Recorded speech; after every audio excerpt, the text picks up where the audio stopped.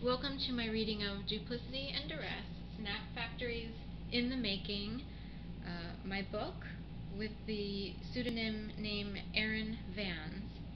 I'm going to read from Day 7, Fake Painted Flowers, January 31st, 2011. I think it was a Tuesday when this happened. So anyway, it's Monday or Tuesday. I'll begin with a little saying, and then I'll proceed with an excerpt from the chapter. I'll start from the middle of the chapter. This combination of events seemed supernatural and orchestrated, either by the devil or God's hand. By the seventh day, January 31st, 2011, I could only experience time, the dimension of time, as a surreal, slow-motion movie unfolding before my eyes. I can only offer human testimony. It is the only thing I know how to do. Day 7, Fake Painted Flowers, January 31st, 2011. An excerpt beginning in the middle or three-quarters through this chapter. My mom pulled the fake painted flowers out of the tacky tissue paper wrapping after my guests left. "Why don't you make a fresh cut in the stems?" she suggested, laying them down on the counter where I usually stack dishes to dry. She patted the stems with her hand. "On an angle is best, that's the way they say. Then we will put them in one of these mason jars filled with water." Then she added, "Just put the cut portions in the garbage disposal." Just put the cut portions in the garbage disposal. The garbage disposal. These words hung in the air like shards of stalagmites waiting to fall from a rock crystal cave. For a second I froze because I didn't want to turn on the garbage disposal. I believed, I really did, that the garbage disposal would explode. Now I was waiting for when the secret life insurance policyholders were going to get rid of not just me, but my mother too. I hesitated, but did not want my mom knowing that I thought this. My brain considered two options. Either the disposal was going to blow and we were dead, and there was really nothing to do about it, because how could one predict such a thing with 100% accuracy? Or it wasn't going to explode. Either way, I had no control. No one knows when one is going to die. My brain decided to defy the paranoia, to trust all was going to be okay. With great trepidation, a squinted face, some nausea, and severe trembling and convulsing, I flipped the switch. The cut pieces of the stems were sucked down into the drain, into the vortex of sharp blades, water, and centrifuge. The sound of my breathing settled to a somewhat normal pace. No explosion. The monstrous sound of the disposal ringing in my ears, the stems were shredded and then washed away by the fast-running water from the faucet. To me, the sound of the garbage disposal was as loud as 5 18-wheelers barreling down the far side of a Pacific Coast mountain, pumping their brakes.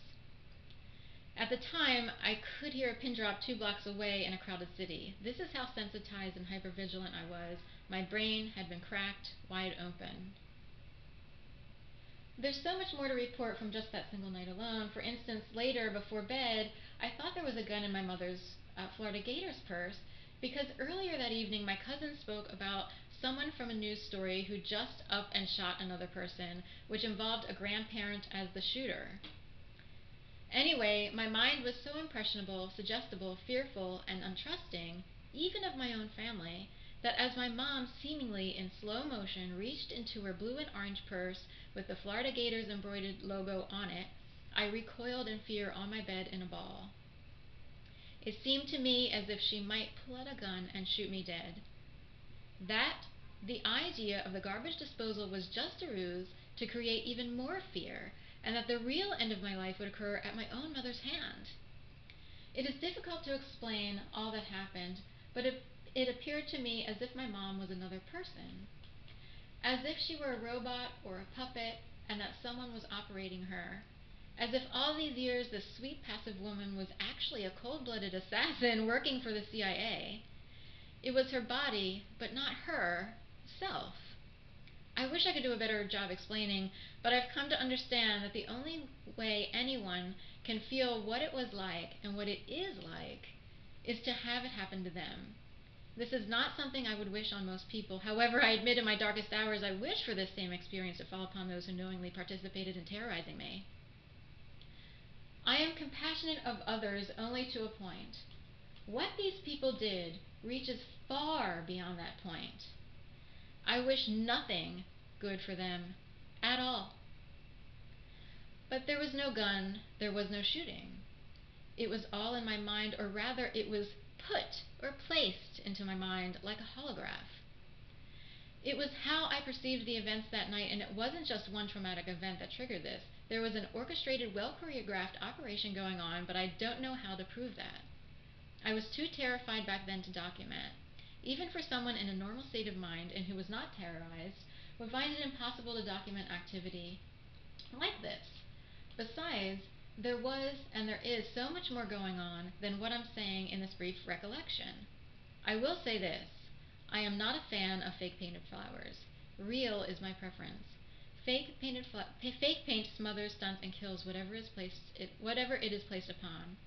It prevents flowers from breathing, from experiencing photosynthesis the way that it was designed to occur. But I kept the flowers because my cousin brought them to me, and I know him, and I know where he came from, and I know what he survived. I know the pain, and I see the road he's on, and I know that he is young, but also very old, in spirit and soul. So I kept the flowers because I know he didn't mean it. My cousin and I have not communicated since that evening, except for the one time I mentioned a few days after day 7 via Facebook when inquiring what he might know, but he wasn't and isn't talking. I don't know what you're talking about, he replied. Like I said earlier, he said it coldly in a Facebook email. I want to go on record saying that the attack, and it was an attack and a ransack. It was severe. I'm still alive, and this surprises me. I made it through the worst of it, and this surprises me. Other people are still alive, but not all, I'm certain of it. There are people we hear about in the news who have jumped off bridges. I wonder who among them were attacked in similar ways, and I believe some of them were attacked, and if they were, it was severe. I understand them, but I must have it on record that I will never hurt myself or others. The thing is, it is dangerous in the current state of America to do so much as hint otherwise. Whether one is aware of it or not, there are a lot of freedom-inhibiting practices in place today. They've been building for many years. Whether reinforced or brought into existence as a result of actions by the state or cults or thugs or mafias or other unknown cells consisting of new breeds of people, I'm pretty sure of it now. No, I'm certain of it now. No one can convince me otherwise. The thing about fake is that it stunts growth and breathing and life.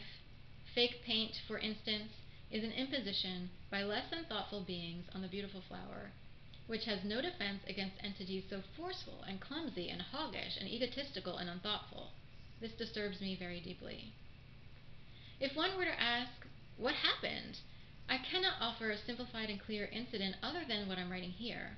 There are many, many, many incidents during 2011 that were nuanced, subtle, disorienting, and terrifying, a string of inexplicable events that, upon reflection, reached back for many years, actually, and culminated into that which was experienced in 2011.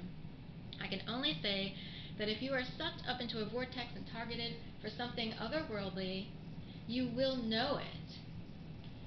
It was made very clear to me through a collective of experience by a collective of people that statements and actions made in private by me were known to this collective population as if I'd been forced to live in a very open society or a glass house every single day. Exactly 1 year later, an old friend from my neighborhood phoned to inquire if I heard about my old home burning down. She and I grew up a few houses away from each other on a street named Hudson Drive. She'd since moved into northern Pennsylvania, but said her brother called saying, "Sky's house is up in flames, like 2 or 3 alarms. Nothing like this has ever happened in 40 years. She told me there was a blog online documenting the scene, and so I quickly logged on to view the many photos of the house with flames tearing through the roof, right over my bedroom where my old Mickey Mouse puppet on strings used to hang on the doorknob, and where my little pink wind-up stuffed animal dog with a squeaky nose would play, "Look at that doggy in the window, the one with the waggly tail." How much for that doggy in the window? The orchestrated terror was still occurring in my life at full throttle at the time of the fire, ensuring this news would hit me like a ton of bricks, like a threat, as if whoever was behind this massacre wanted me to understand one thing and one thing only. He or she was far more powerful than me, with connections as high up as fire inspectors, and if so choose, could and did burn down the childhood home where my mom, sister, and I shared so many memories. By then, I'd become dissociated enough to compartmentalize this new development, knowing that if I really took it in, I would, once and for all, go mad. Thank you for listening. That is an excerpt from Fake Painted Flowers, Day 7, January 31st, 2011.